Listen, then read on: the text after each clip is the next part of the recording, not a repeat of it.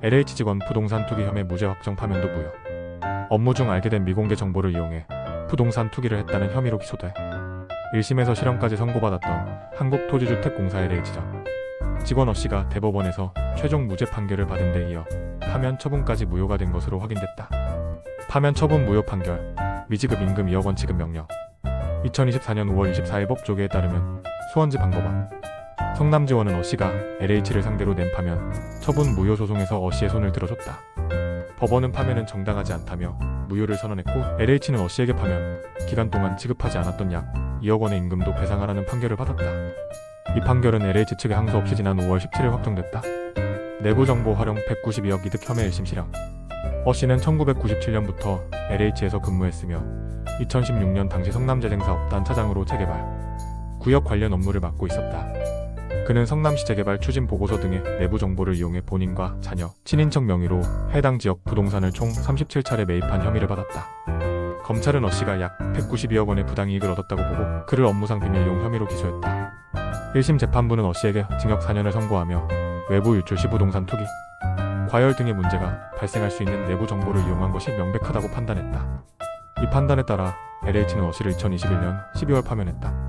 2심에서 무죄로 뒤집혀 대법원도 확정.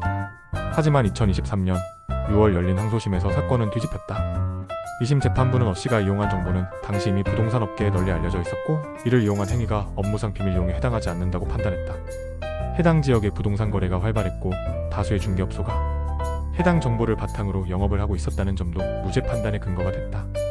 이 판결은 같은 해 11월 대법원에서도 그대로 확정됐다. 이에 따라 형사상 O'씨의 혐의는 모두 벗겨졌다. O'씨 파면 무효 소송 제기 법원 징계 사유 없어. 무죄 확정 후 O'씨는 LH를 상대로 파면은 무효라며 소송을 제기했다. O'씨는 직무 중 취득한 정보를 이용해 부동산을 산 적이 없다며 징계 사유 자체가 존재하지 않는다고 주장했다. LH는 이에 대해 O'씨는 직무 수행 중 직접 혹은 간접적으로 내부 정보를 취득했고 이를 기반으로 부동산 거래를 했기 때문에 징계는 중단했다고 했다. 하지만 법원은 이번에도 O'씨의 손을 들어줬다. 재판부는 파면은 중대한 징계 조치인 만큼 그 정당성을 LH가 명확하게 입증해야 한다며 LH는 O'씨가 언제 어떤 정보를 어떤 방식으로 취득했는지 구체적으로 특정하지 못했고 내부 정보를 이용했다고 단정하기 어렵다고 판단했다. 또한 재판부는 O'씨가 기소된 사실이 언론에 보도돼 국민 신뢰에 영향을 줬을 수 있으나 해당 혐의에 대해 최종적으로 무죄 판결을 받은 이상 책임을 물을 수 없다고 밝혔다. 선량품위 유지 의무를 위반했다고 해도 그 정도가 중하다고 볼 수 없어 파면은 과중한 처분이라는 것이 법원의 결론이었다. 결론 부당 파면 인정 LH 책임 커질 듯.